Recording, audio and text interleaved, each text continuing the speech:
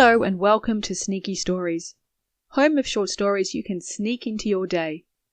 Get ready to go on an adventure with some of the Sneaky Universe characters. Today we have a story from the Monicow series. My name is Pauline and I'm your storyteller, and I can't wait to share today's story with you. Remember, there aren't any pictures, so you'll need to imagine them. You can imagine the pictures any way you like.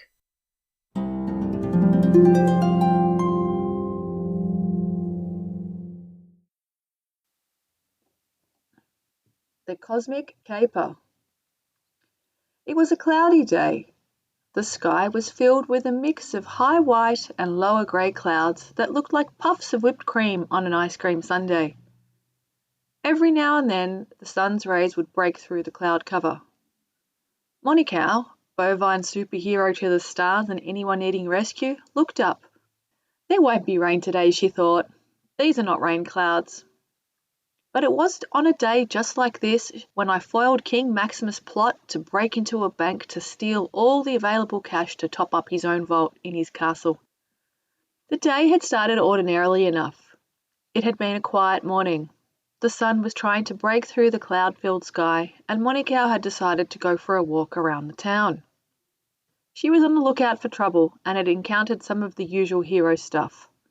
Helping elderly ladies and gentlemen cross the road, saving kittens stuck in trees, and stopping traffic for ducklings.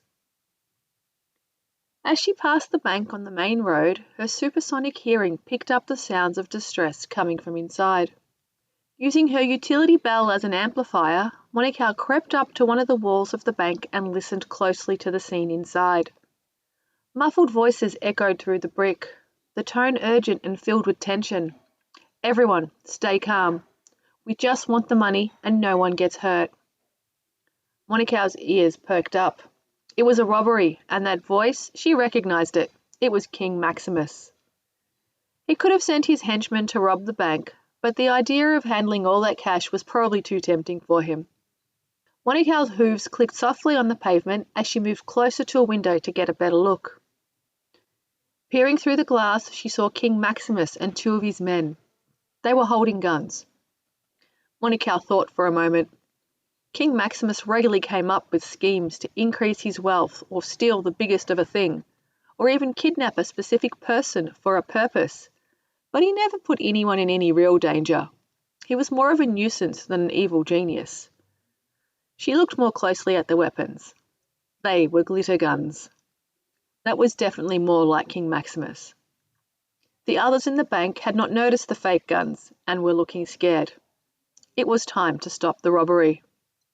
She adjusted her cape and prepared to make her entrance.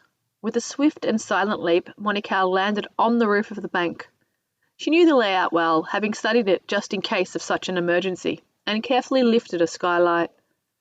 Below, the robbers were forcing the bank manager to open the vault.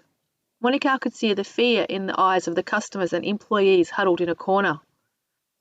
Using her powerful legs, she jumped down into the bank, landing with a thud that caught everyone's attention. "What the?" one of the robbers exclaimed, turning to face her. "Hold her right there," Monicow said, her voice calm but commanding.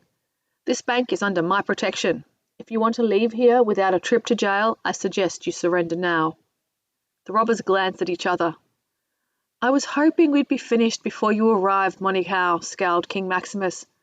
"Of course you were, but here I am. And now, as I said before, surrender and you can escape jail time." "You and I both know I will never go to jail, Monicow." "What are you going to do, Maximus? Coat me in glitter?" Realizing his plot had been foiled, King Maximus decided it was time to retreat back to Maxiland. "Thank you for clearing the way for my exit, Monicow," said King Maximus before whistling a signal which dropped a rope through the sunroof. Discarding the glitter guns, Maximus and his hoons grabbed the rope and were lifted out of the building. "You'll never catch me, Monicow," yelled Maximus. Monicow laughed at the memory. She could have caught him and his henchmen, but since no one was actually in any real danger and they didn't even steal $1, she decided to let them go. There would be plenty more opportunities to stop Maximus in the future. But King Maximus was not out and about today. He was probably dreaming up his next plans to take over the world. Monicow continued walking through the town. She looked up at the sky. Somewhere up there, circling the Earth, was the space station, home to 8 astronauts. Monicow was a fan of the space program. Astronauts were brave people, living in a confined space, completely dependent on machinery for their survival. The World Space Agency had asked her to join the crew, but Monicow had politely declined. She was not sure that she would like to be stuck living in a small space that she could not leave. She liked to wander around outside and feel the sun on her skin. She was a cow, after all. Ring, ring! Someone was calling for help on Monicow's utility bell phone. Hello, this is Monicow, bovine superhero to the stars and anyone needing rescue. How can I help you? Monicow, this is Cosmo Quest, head of the World Space Agency. We have an emergency on the space station. What is the problem? One of our external oxygen tanks, which is supposed to be secured to the space station, appears to be starting to pull away. Oh, that does seem like quite a dilemma.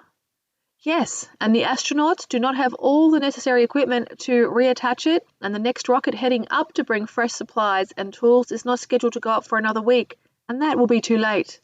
I see. You do seem to have a situation which would benefit from the services of a superhero. Yes, Monicow, we need to get this special spanner up to the space station and reattach the oxygen tank before it pulls away completely, taking the side of the space station with it. Monicow didn't hesitate. Don't worry, Cosmo, I'm on my way. She ended the call and quickly trotted to her cow cave. A few minutes later, inside, she was ready, equipped with a space helmet and the special spanner. She dialed Cosmo Quest. Cosmo, I'm on my way. Tell the astronauts to expect me in precisely 33 minutes and 47 seconds. Monicow activated her hover hooves and started to quickly rise up into the sky, past the tallest trees, the clouds she had been admiring earlier, into the stratosphere and beyond. As she zoomed through the atmosphere and into space, Monicow reviewed the mission details. She needed to make sure she attached the oxygen tank securely using the spanner, and then hand the spanner to the astronauts. Failure was not an option. The 8 lives depended on her. As she approached the space station, Monicow skillfully maneuvered herself to dock. The astronauts inside watched in awe as she floated into the airlock. Thank goodness you're here, said one of the astronauts. We were starting to lose hope. Never fear, Monicow said with a reassuring smile. I'll have this fixed in no time. She floated outside to the problematic oxygen tank. Using her super strength and precision, Monicow held the tank steady with one front leg while using the special spanner in the other to secure it. It was delicate work, but Monicow was up to it. She was an inventor in addition to being a hero. With the tank reattached, Monicow checked and double-checked her work. It was always prudent to make sure your handiwork was exactly right, especially when lives depended on it. Satisfied, she returned to the space station and handed the spanner to one of the astronauts. Thank you, Monicow, Cosmo Quest said over the radio. You saved the space station and our 8 astronauts. All in a day's work, Monicow replied before starting her descent back to Earth. Monicow couldn't help but smile. She knew that wherever there was trouble, she would be ready to save the day. If you would like a free Sneaky Universe colouring and activity book, visit www.sneakyuniverse.com/Sneaky Stories Podcast.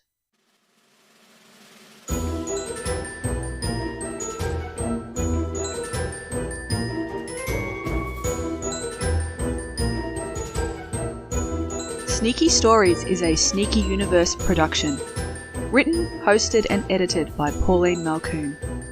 The music is by Trailer Works. If you would like more stories, visit www.sneakyuniverse.com.